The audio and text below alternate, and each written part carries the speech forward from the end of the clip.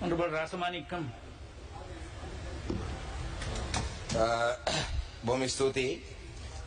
ඉස්සෙල්ලාම මගේ කතාව ආරම්භ කිරීමට පෙර පසුගිය මැයි 9 වෙනිදා ඝාතනයට ලක් වූ අමරකීර්ති අතකෝරළ මන්ත්‍රීතුමාටත් එතුමාගේ ආරක්ෂක නිලධාරීන්ටත් ඒ වගේම එදා දවසේදී ප්‍රහාර වලට ලක් වී තුවාල ලැබපු ඝාතනයට ලක් වූ සියලු පවුල්වල සමාජිකයින්ටත් ඒ වගේම ඒ සියලු පාක්ෂිකයන් ඕන පක්ෂයේ පාක්ෂිකයින් සියලු දෙනාටම ඉස්සෙල්ලාම මගේ ශෝකය මම ප්‍රකාශ කරනවා. ඒ වගේම තමයි එදා ගෝල්ෆේස් ගෝටා ගෝගමටයි මයිනා ගෝගමටයි ඒ කරපු ප්‍රහාරයත් ඉතාමත්ම තරයේ මේ අවස්ථාවේදී හෙලා දකින්න. මොකද ඒක රජයේ විසින් කරපු ප්‍රහාරයක් බව ඉතා පැහැදිලිව රජයේ മന്ത്രിවරුන්ම ඇමතිවරුන්ම පිළි අරගෙන තියෙනවා. ඉතින් ඇත්තටම අපි ඒක තමයි අපි ඉස්සෙල්ලාම පහුගිය අඟහරුවාදා උදෑසන මේ පාර්ලිමේන්තුවට මෝෂන් එකක් ගේන්න බැලුවේ මේ සියල්ලටම වග කිය යුතු පුද්ගලයා වන ගෝඨාභය රාජපක්ෂ මහත්මයාට විරුද්ධව. ඒ කියන්නේ අද අපි මේ දැන් 4 වෙනි දවසේ දැන් අඟහරුවාදා දැන් 4 වෙනි දවසේ මේ മന്ത്രിවරුන්ට වෙච්ච සිදුවීම් පිළිබඳව අපි සාකච්ඡා කරනවා. හැබැයි අපි ඒකයි ඉල්ලුවේ മന്ത്രിවරුන්ට වෙච්ච අසාධාරණය පිළිබඳව ඒ වගේම ලංකාවේ ජනතාවට ගෝල්ෆේස් වල හිටපු සෙනගට ඒ මයිනා ගෝගම හිටපු සෙනගට ලංකාව පුරාම ගුටි කාපු මිනිස්සුන්ට මේ ගෝඨාභය රාජපක්ෂ මහත්මයා නිසා මේ ඇතිවිච් එක ගැන දවසක භාගයක් හරි අපි කතා කරලා ඊට පස්සේ മന്ത്രിවරුන්ට වෙච්ච අසාධාරණය ගැන කතා කරමු කියලා අපි ගෙනාවු මෝසම පාර්ලිමේන්තු මන්ත්‍රීවරු මම හිතන්නේ 121 දෙනෙක් එකතු වෙලා එදා ඒක එපා කියලා කිව්වා. ඉතින් ඇත්තටම මතක තියාගන්න ඕනේ මේ മന്ത്രിවරුන් සියලු දෙනාම මේ ප්‍රහාර වලටයි මේ තිබ්බ වයලන්ස් මේ සියලු දෙයකටම මුල ගෝඨාභය රාජපක්ෂ මහත්තයා ප්‍රමුඛ ඒ රාජපක්ෂ පවුල මහින්ද රාජපක්ෂ ඒ සියලු දෙනාම තමයි මේකට වග කියන්න කියලා මතක තියාගන්න ඕනේ. ඒ වගේම තමයි മന്ത്രിවරු මම දැක්ක පාර්ලිමේන්තුවේ පහුගිය දවස් දෙක තුන තිස්සෙම කියනවා මේ අපි ඇවිල්ලා මේ අමාරුවෙන් හම්බ කරලා හදාගත්ත ගෙවල් අපි මේ අමාරුවෙන් මහන්සි වෙලා ගත්ත ගෙවල් අපි හොරකම් කරලා ගත්ත ගෙවල් නෙමෙයි කියලා කියනවා දැක්කා. ඉතින් ඒක තමයි වෙන්න ඕන. කවුද කොයි മന്ത്രിද හොරකම් කරලා ගෙවල් හදන්න පර්මිෂන් දීලා තියෙන්නේ? മന്ത്രി කෙනෙක් කිව්වම හැම മന്ത്രിම එහෙම තමයි. තමන්ගේ සල්ලි වලින් තමයි ගෙවල් හදා ගන්න ඕනේ. තමන්ගේ සල්ලි වලින් තමයි වාහන ගන්න ඕනේ.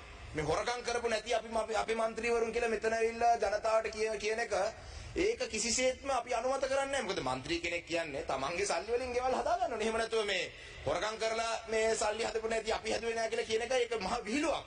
හැබැයි මතක තියාගන්න ඕනේ മന്ത്രിවරුන්ගේ ගෙවල් වලට පහර දුන්නේ හොරකම් නිසා නෙවෙයි. മന്ത്രിවරුන්ගේ ගෙවල් වලට නිවස් වලට පහර දුන්නේ ඕගොල්ලන් හොරකම් කරලා ඒ ගෙවල් හදපු නිසා නෙවෙයි. മന്ത്രിවරයෙක් කියන්නේ ජනතා නියෝජිතයෙක්. පාර්ලිමේන්තුවට ඔබ මේ മന്ത്രിවරයව ජනතාව එවන්නේ ජනතාව මේ පාර්ලිමේන්තුවට නියෝජනය කරන්න. ජනතාවට හොඳ දේ ජනතාව වෙනුවෙන් මේ පාර්ලිමේන්තුව ඇතුලේ කතා කරන්න තමයි මේ മന്ത്രിවරු නෙවන්නේ. හැබැයි මේ മന്ത്രിවරු පහුගිය අවුරුදු එකහමාර තුල ඒ ජනතාව දුන්නේ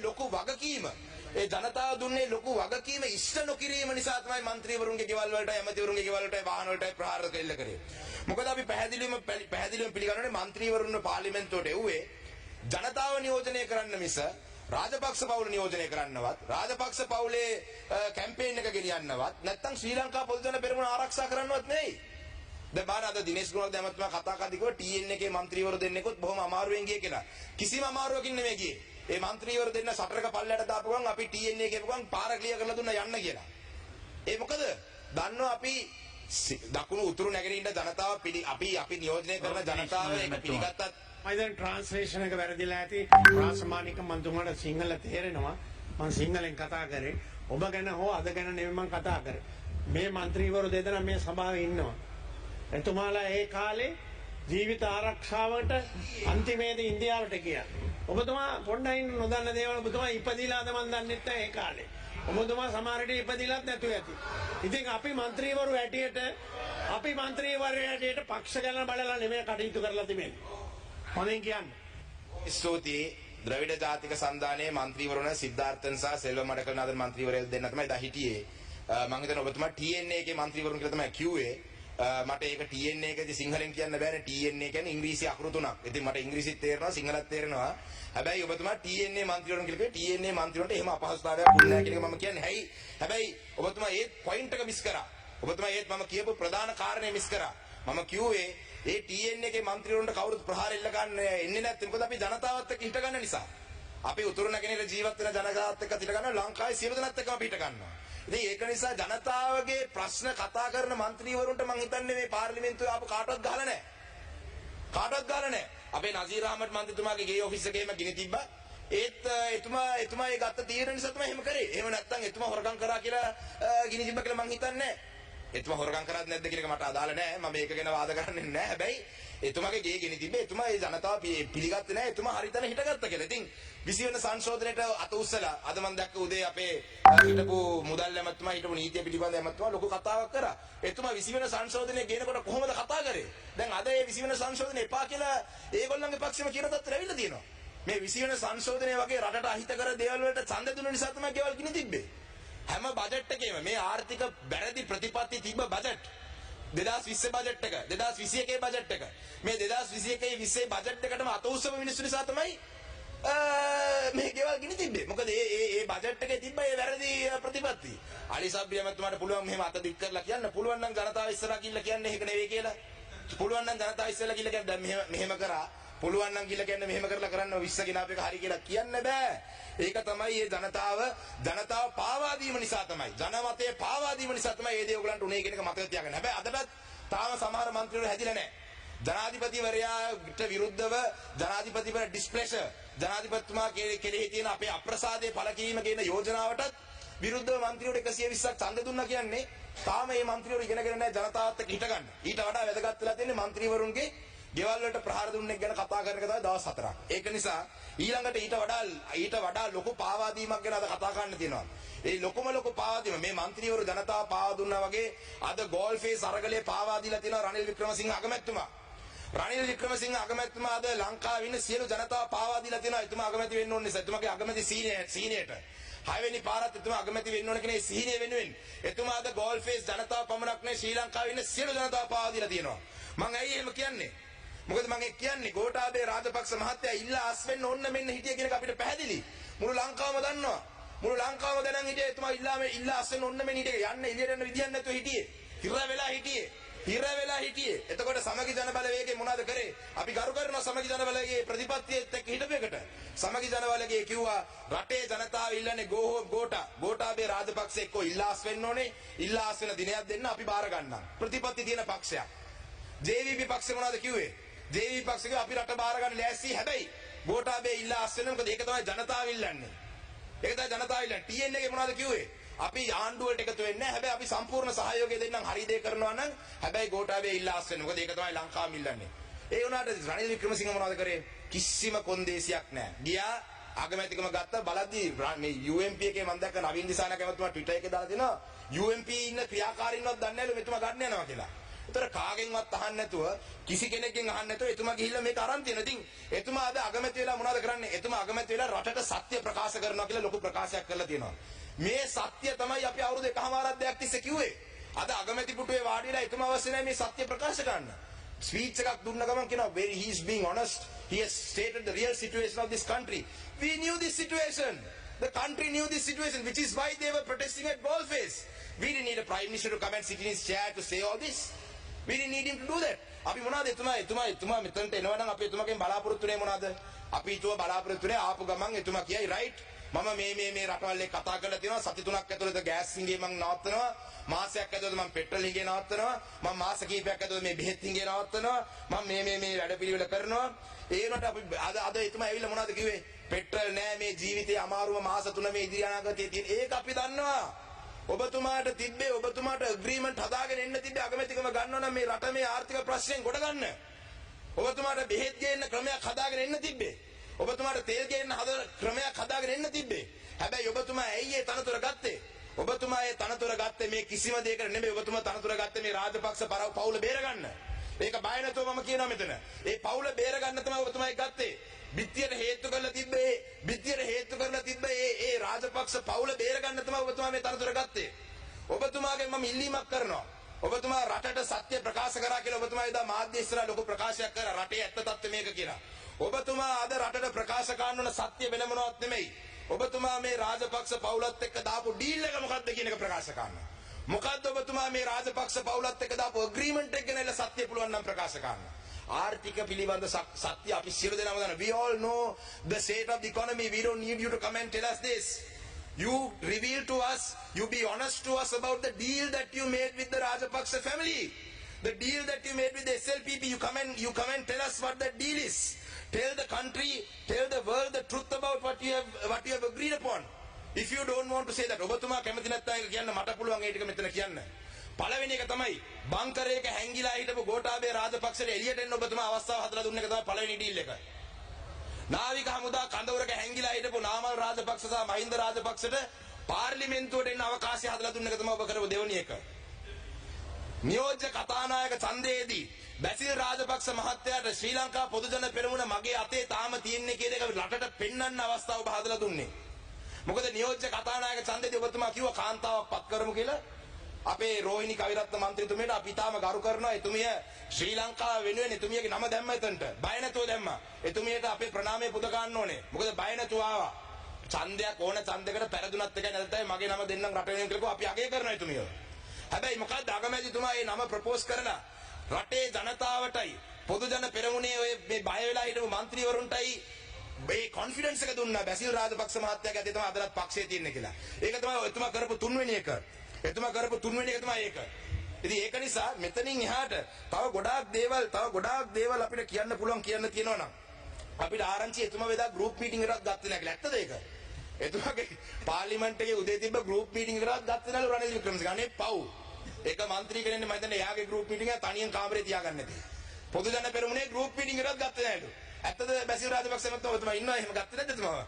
ඉතින් අපේ රටේ ජනතාවට ඒක නිසා කියන්නේ ඊට අමතරව එතුමාද දාලා තියෙන ඩීල් ටික තමයි මේ ගෝඨා ගෝගම කියන එක බෙදන එක. දැන් එතුමාට පුළුවන් හරි මොලකාරය එතුමා. අර ඉන්නේ අර අපිරාජිබ්බෝ කියලා කාටුන් එකක් ඉන්න ඒකේ අර බඩේ තමයි මොලකාරය එන්නේ මැෂින් එක අස්සේ. ඒ වගේ තමයි මෙයා.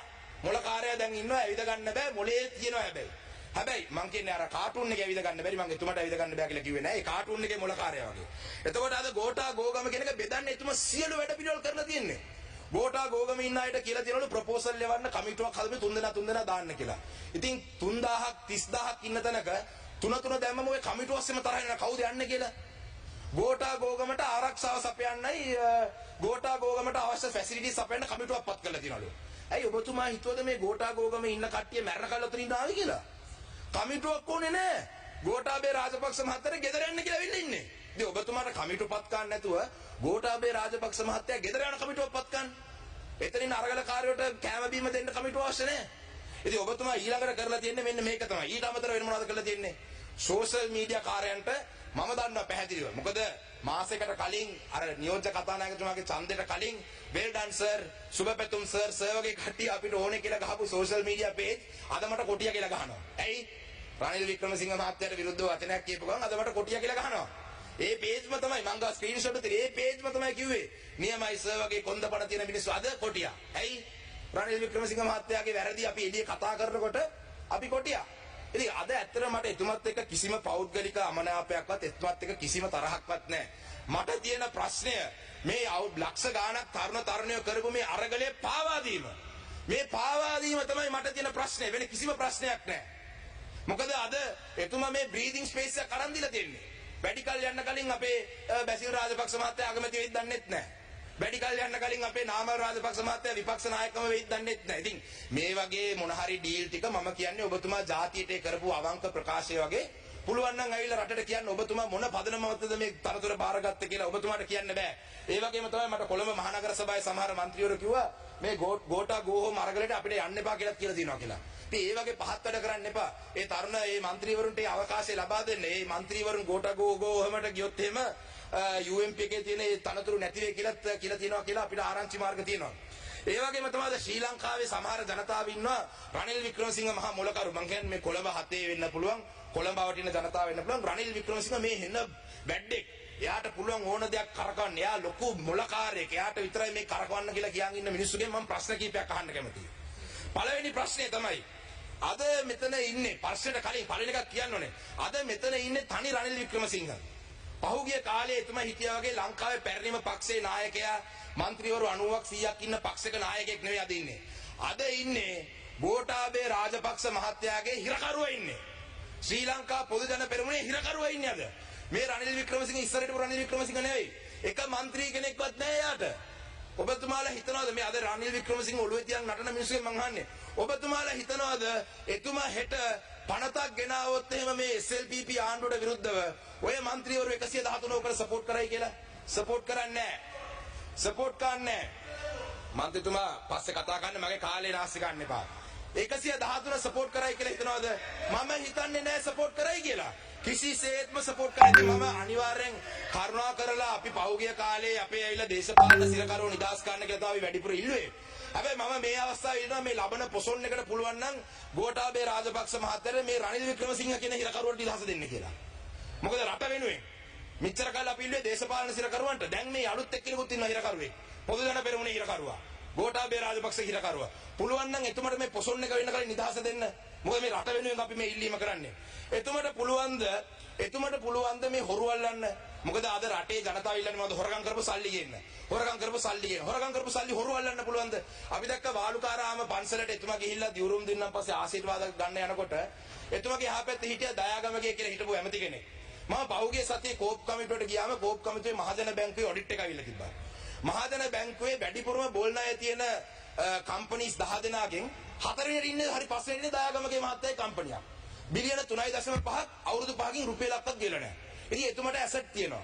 අද රනිල් වික්‍රමසිංහ මහත්තයා කියන අත්‍යවශ්‍ය බෙහෙත් ගේන්න බිලියන 3.2ක් රුපියල් ඕනේ කියලා. අනේ දෙයියනේ ඔබතුමාගේ යාළුවාට කියන්න චොපර් ටිකයි ඔය මේ ටික විකුණලා දෙන්න කියලා සල්ලි රටට. බෝල් ණය.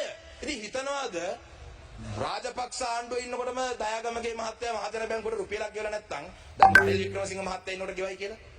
ඉතින් ඒ වගේ මිනිස්සෙක් කොහොමද හොරු අල්ලන්නේ? හොරු අල්ලන්න පුළුවන්ද? මොකද රටේ ජනතාවද ඉල්ලන්නේ හොරු අල්ලන්න කියලා. ඊට අමතරව එතුමට පුළුවන් ද මහ බැංකුවේ කරපේ මංකොල්ලේ පරික්ෂා කරන්න? එතුමට නේ ඇඟිල්ල දික් වෙන්නේ. ඒ ලංකාවේ සල්ලිනේ අවශ්‍ය සල්ලිනේ. එතුමට පුළුවන් ද ඒ සල්ලි ටික ආපහු ගේන්න? එතුමට පුළුවන් ද මේ නිදොස් කොට නිදහස් කරපු මේ සියලු කේසස් ටික ආයේ පටන් ගන්න පුළුවන්ද? එතුමට පුළුවන්ද කියන්න? මං කියන්නේ ඇයි? බෑ. මොකද ඒව කරන්න ගියොත් එහෙම මේ 113 සහාය නැති වෙනවා එතුමා ගෙදර යනවා. ඒක තමයි වෙන්නේ. ඒක නිසා එතුමාට කරන්න බෑ පාස්කු ප්‍රහාරයේ පවුල් වල මිනිස්සුන්ට සාධාරණයක් එතුමාට ඉෂ්ට ගන්න පුළුවන්ද? එතුමාට කරන්න බෑ. එතුමා මගෙන් මේ ඊයේ පෙරේද ඇහුවා අනේ සර් අර රෝහිත රාජපක්ෂ අපර රොකට් එකට මොකද දන්නේ නැහැ සර් උනේ ඒ සල්ලිත් මේ රනිල් වික්‍රමසිංහ හොයයිද දන්නේ නැහැ කියලා. පුළුවන්ද හොයන්න? හොයන්න බෑ. ඇයි හොයපු ගමන් 113 ඉවරයි මෙයා ගෙදර. පුළුවන්ද කරන්න බෑ. ඊට අමතරව මේ ආර්ථික මේ තත්ත්වෙට එන්න වග කියන්න ඕනේ ගෝඨාභය රාජපක්ෂ හිටපු මුදල් ඇමතිවරු දෙන්න මහින්ද රාජපක්ෂ බැසිල් රාජපක්ෂ මහත්තයා අජිත් නිවාඩ් කබ්‍රාල් ඊට අමතරව දැන් කියනවා පී.බී. ජයසුන්දර ඔය පස් දෙනාම පුළුවන්ද එතුමාට ප්‍රශ්න කරන්න ඇයි අපි අලි සබ්‍රියමතුමාත් දාගමු එකට ඔය පස් දෙනාම පුළුවන්ද ගිහිල්ලා නීතිය ඉස්සරහ හිටවන්න නීතිය ඉස්සරහ එතුමා හිටවුවොත් එතුමාට ගෙදර යන්න වෙනවා කියන එක අපි මතක තියාගන්න. ඒක නිසා වැඩි කල් යන්න කලින් මේ දේශපාලන සිරකරුව නිදහස් ගන්න මොකද මේ ශ්‍රී ලංකාවේ රට වෙනුවෙන්. එතනින් එහා ගිය අපි කියමු අපි ප්‍රතිපත්ති ඒ කියන්නේ පාර්ලිමේන්තුව ගැන කතා කරොත් එහෙම එතුමාට පුළුවන් ද 21 වන සංශෝධනය ගෙනල්ලා දැන් කියනවා 21 ගේනවා කියලා. 19 වෙනි සංශෝධනය තිබ්බ ද්විත්ව පුරවැසියෙක්ට ලංකාවේ පාර්ලිමේන්තුව එන්න බෑ කියලා. ඒතකොට ද්විත්ව පුරවැසි භාවයේ තියෙන එක්කෙනාට පාර්ලිමේන්තුවට එන්න බෑ කියන එක එතුමා ආයෙ ගෙනේද?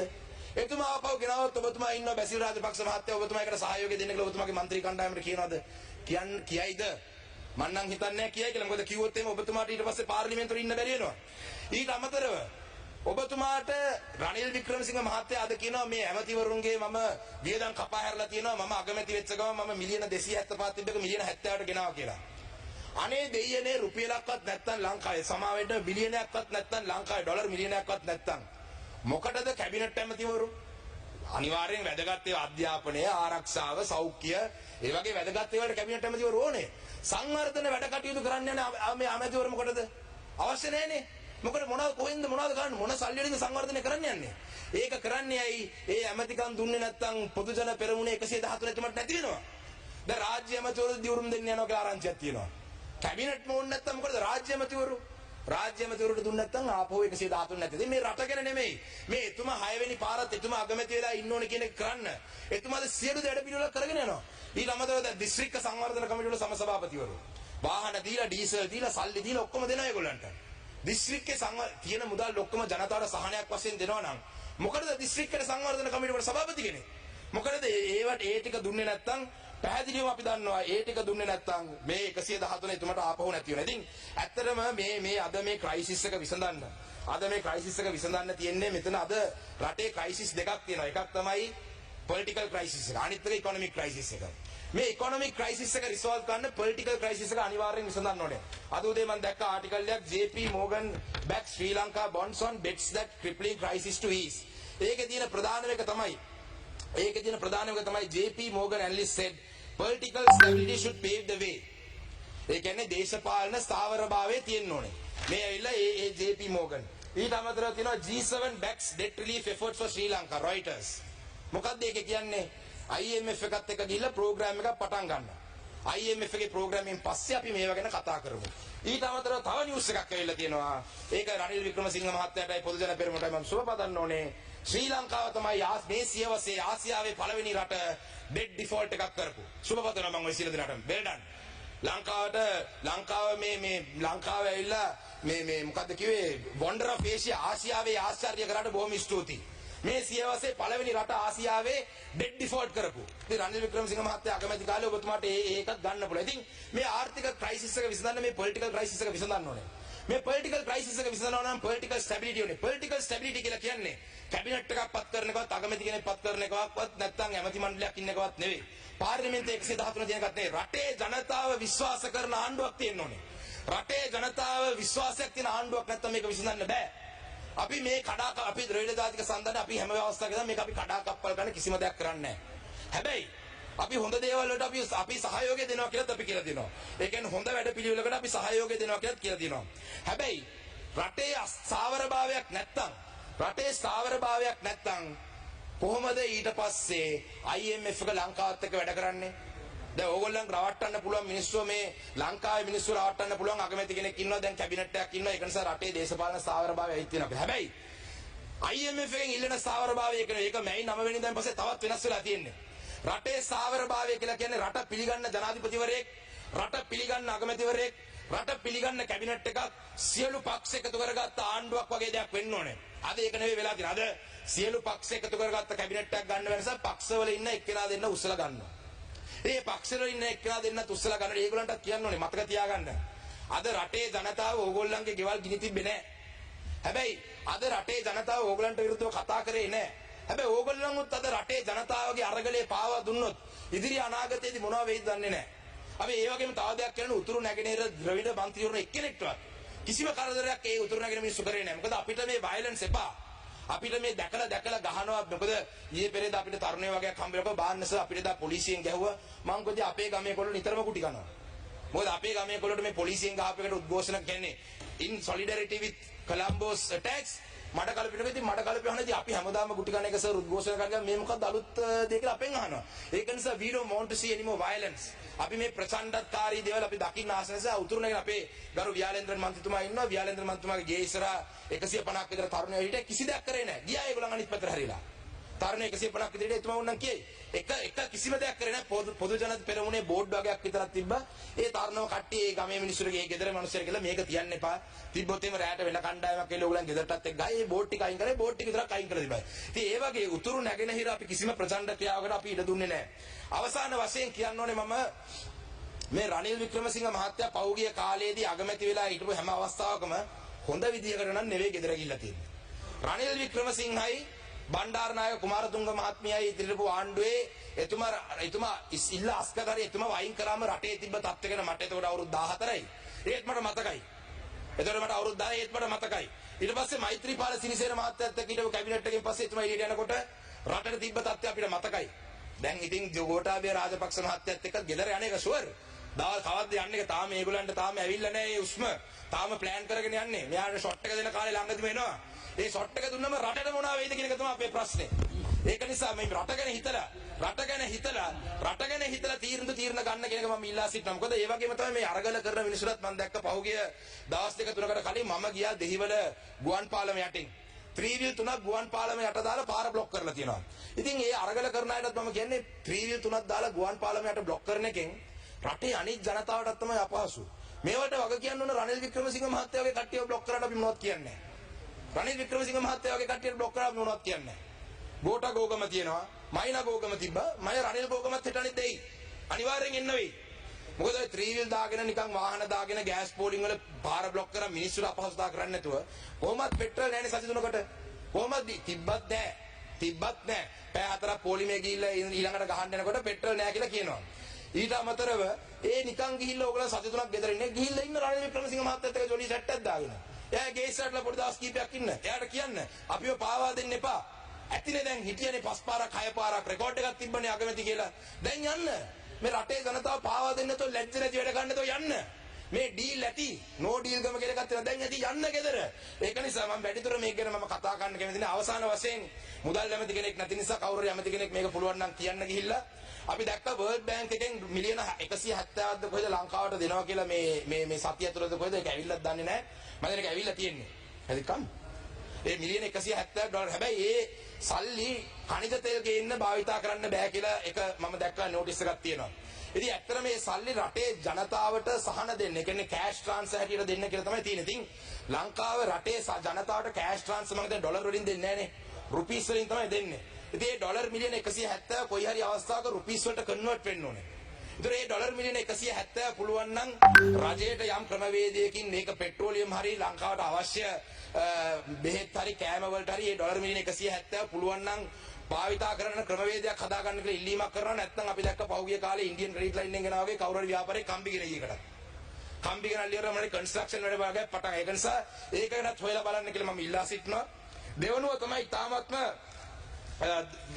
වැදගත් දෙයක් කියන්න ඕනේ මේ අවස්ථාවේදී මේ කොළඹ ටෙලිග්‍රාෆ් නිවුස් පේපර් එකේ මම දැක්ක ආටිකල් එකක්.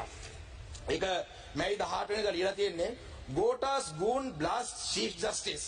AG refuses to file contempt charges. Now this is a very serious case.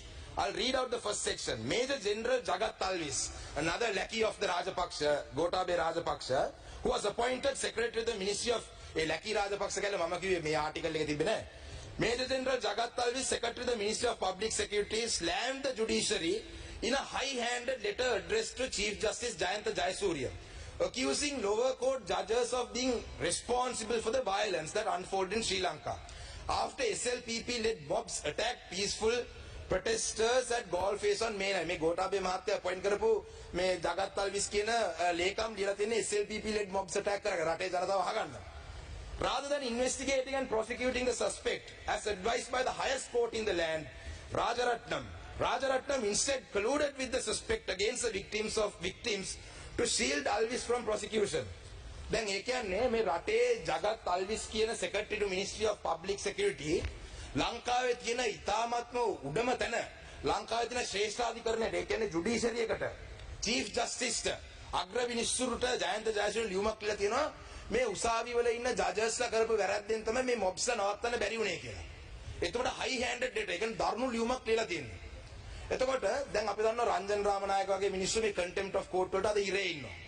එතකොට මෙතුමට මේ ලියපු ලියුමට මේ ආටිකල් එක අනුව තියෙන රාජරත්නම් ඉන්ස්ටෙඩ් රාජරත්නම් කියන්නේ මම හිතන්නේ ඇටර්නි ජෙනරල්. එතකොට රාජරත්නම් කියනවලු මේකට අපි මේක සමාදානෙන් ඉස්සගමු කියලා. ඉතින් ඒක නිසා ජස්ටිස් මිනිස්ටර් හිටපු ජස්ටිස් මිනිස්ටර්ත් ඉන්නවා. පුළුවන් නම් ඔබතුමා ඊළඟට ඔබතුමාත් දන්නේ ආපහු ජස්ටිස් මිනිස්ටර්. ඉතින් ඔබතුමාත් ප්‍රෙසිඩන්ට්ස් කවුන්සිල් කෙනෙක් වශයෙන් මේ අසාධාරණ පිළිබඳව මේ ඩබල් ස්ටෑන්ඩඩ්ස් පිළිබඳව පොඩ්ඩක් හොයලා බලන්න. එහෙම දෙයක් සිදු වෙලා තියෙනවා නම් මේ ජගත් අල්විස්ට විරුද්ධව contempt of court charges දාන්න ඕනේ. එහෙම නැත්තම් මේක ඇත්තනම් අපි දකිනවා BA මොනවද බා ඇසෝසියේෂන් එකෙන් හැමදේටම කතා කර යනවා. මේකටත් පුළුවන් නම් ඇක්ෂන් එකක් ගන්න. බා ඇසෝසියේෂන් එක ගිහිල්ලා මේ മന്ത്രി මේ තරුණ තරුණයන් අරස් කරාම ගිහිල්ලා කරා වගේ මේ රටේ ඉතාලම උඩම තැන. ඉතින් බා ඇසෝසියේෂන් එකේ ඉන්න කට්ටියත් මේක ගැන හොයලා බලන්න කියන ඉල්ලීම මම මේ අවස්ථාවේ කරන්න ඕනේ. ඒ වගේම තමයි තව දෙයක් තියෙනවා මේ මාධ්‍ය නිදහස ලබා දෙනවා මාධ්‍ය ගැන ඔක්කොම කතා කරපු මේ අගමැතිතුමා මේ පහුගිය දවස්වල අපි දැක්කා මේ මාධ්‍ය වේදීන්ට මේ පාර්ලිමේන්තු එක ඇතුලේ පහර දුන්නා කියලා. ඒ වගේම තමයි ඊයේ දවසේදී මම දැක්කා ඊයේ දවසේ මම හිතන දැක්කා කෙහෙලිය රඹුක්වැල්ල අලුතෙන් පත් වෙච්ච මේ සෞඛ්‍ය ඇමතුමා පව් අර හිටපු ඇමතුමාට මාසෙයි. මේ අලුතෙන් පත් වෙච්ච සෞඛ්‍ය ඇමතුමාට මේ කියලා තියෙනවා මේ මංජුල බස්නායක කියන නම කියලා. නිවුස් සෙන්ටර් කරන මංජුල බස්නායක දාලා තියෙනවා මේ අමරකීර්ති අතකෝරළ මහත්මයාගේ සුයිසයිඩ් එකක් කියලා. එතුමාගේ මම මෙතන මගේ කියන මංජුල බස්නායකගේ Facebook පිටුවේ තියෙන ගිණුම මම ඒ වගේ මම කියපු අනිත් නිවුස් උත් මම මේ සභාගත කරන්නම්. මේකේ තියෙනවා එතුමා කරලා තියෙන්නේ ඒ වෙලාවේ එතුමා විතරක් නෙවෙයි ලංකාවේ ඉන්න සියලුම මාධ්‍ය ආයතන ඔව් කතා නැහැ. Your time is over. Okay sir, I'm finishing just 1 minute. Okay. ලංකාවේ ඉන්න මේ මාධ්‍යවේදියාට මේ මාධ්‍යවේදියා මේ දාලා තියෙන අනිත් නිවුස් පත්තරවල කියප එක. ඉතින් එතුමා විතරක් තනි කරලා මේ පාර්ලිමේන්තුවේ කියප එක ඉතාමත්ම තරයේ හෙලා දකින්නනේ. එතුමා ඒක පිළිබඳ රටේ ජනතාව නැවත පැහැදිලි කිරීමක් කරනවා. මොකද මංජුල බස්නායක කියන්නේ මාධ්‍යවේදියෙක්. එක මාධ්‍යවේදියෙක්. ඒ මාධ්‍යවේදියා දිගින් දිගටම නිවුස් හැම දෙයක්ම රිපෝට් කරන මාධ්‍යවේදියෙක්. ඉතින් මේ මාධ්‍යවේදියා මෙහෙම දෙකක් දැම්මා කියන එක පෞද්ගලික සිංගල් අවුට් කරලා කරාම අද රටේ තියෙන මිනිස්සු ඉන්න තරහත් එක්ක අනිවාර්යයෙන්ම පොදු ජන පෙරමුණේ තග්ස්ලාත් ඇතිනේ. තග්ස්ලා ගිහිල්ලා ඊට පස්සේ මංජුල බස්නායක ගෙදරට හරි පහර දුන්නොත් මේක ඊටාම බැරෑරුම් ප්‍රකාශයක්. මොකද මේක එතුමා විතරක් නෙවෙයි. මේක එතුමා අනිත් සියලුම මාධ්‍ය දාපු ගත්තම එතුමාද මේක නිසා තනියේ එතුමාගේ නම විතරක් කියප එක ඊටාමත්ම වැරදි. මේක මාධ්‍ය මර්ධනය කිරීමක්. එතුමා ආයේ බය නැතුව කොහොමද ආටිකල් එකක් ලියන්නේ? පාර්ලිමේන්තුවේ සිංගල් හෑන්ඩඩ්ලි එතුමාගේ නම කිව්වම කොහොමද දාන්නේ? මොකද එතුමාගේ ඒ අමරකීර්ති අතුකෝරළ මහත්මයාගේ භාර්යාවත් එතුමාගේ එතුමියගේ ප්‍රකාශයේ පොලිසියට කටුතර දෙන්නේ පළවෙනියට අපිට නිවුස් එක ආවේ සුයිසයිඩ් එකක් කියලා තමයි කියලා තියෙනවා. ඉතින් ඒක නිසා මේ මංජුල බස්නායක විතරක් සිංගල් අවුට් කරපු එක අපි තාම තරේ හෙලා දකින්නවා. விருதியாக இன்று வடக்கு கிழக்கு வாழும் தமிழ் பேசும் மக்கள் இன்று பார்த்து கொண்டிருப்பார்கள். ஏன் சாணக்கியன் அவர்கள் ரணில் விக்ரமசிங்க அவர்களை இவ்வளவு தாக்குறார் என்று. ரணில் விக்ரமசிங்க அவரை தாக்குறதுக்கான காரணம் கடந்த காலத்திலே 2015 தொடக்கம் 19 வரைக்கும் இருந்த ரணில் விக்ரமசிங்க வேற 90 MP மேல இருந்தவங்க அவர் கட்சியினுடைய தலைவர். இன்று அவர் ஒரு கைதி, கோட்டாபே ராஜபக்சவுடைய கைதி, ஒரு புனை கைதியா இருக்கிறார். அவர் ஒரு அரசியல் கைதி. நாங்கள் கடந்த காலத்திலே நாங்கள் கேட்டது போல எங்களுடைய தமிழ் அரசியல் கைதியை விடுதலை செய்ய சொன்ன தமிழ் அரசியல் கைதியை போல அல்ல, இவர் ஒரு கேவலமான கைதி. இந்த கைதியை விடுதலை செய்ய சொல்லி நாங்கள் கேட்டிருக்கிறோம். என்றால் இன்று ரணில் விக்ரமசிங்கவால இந்த நாட்டை கட்டியிருக்க முடியாது. அவர் இந்த ராஜபக்ச குடும்பத்தினரை காப்பாற்றுவதற்காக தந்திருக்கிற கொன்றேன். கடந்த காலத்தில் அவருக்கு 90 MP மேல இருந்தவர், இன்று ஒரு தனி ஒரு MP. அவர் இந்த ராஜபக்ச குடும்பத்தை காப்பாற்றுவதற்கு தான் இன்று இந்த பிரதமர் பதவியை வைத்துக் கொண்டிருக்கிறார். கன காலத்துக்கு அவர் இந்த பதவியில இருக்க மாட்டார். இந்த ரணில் விக்ரமசிங்கவுடைய இன்று இருக்கிறாங்க கிழக்கு மாநிலத்தை சேர்ந்த பாராளுமன்ற உறுப்பினர்கள். இந்த ரணில் விக்ரமசிங்கவுடைய ஆட்சியிலே நீங்க அமைச்சு பதவியில் எடுத்தீங்கன்னு சொன்னால், நான் கடந்த காலத்தையும் சொன்னான், அமைச்சு பதவியில் நீண்ட காலம் இருக்காது, வரலாற்றிலே ஆகக்கூடிய காலம் அமைச்சு பதவியில் வைத்தவர்களா இருப்பீங்கள் என்று. அதுதான் மீண்டும் சொல்றேன். நன்றி. Thank you.